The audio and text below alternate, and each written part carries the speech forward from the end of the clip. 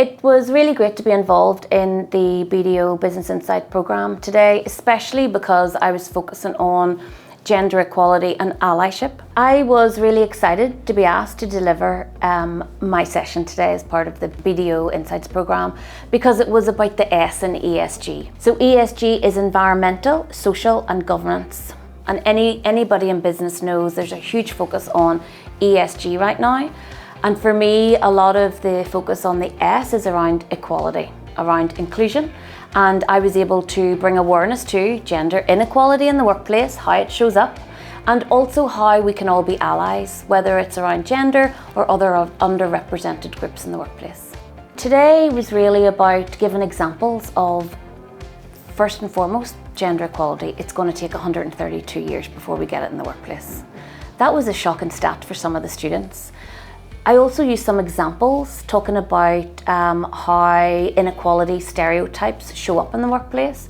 But ultimately for me, I wanted to give them an opportunity to be empowered to be an ally. So to recognise their privilege, to recognise their position and advocate and amplify those with less privilege.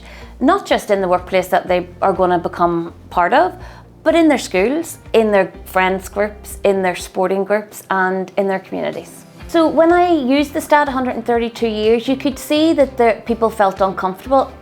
Young men and young women, everyone felt uncomfortable with that.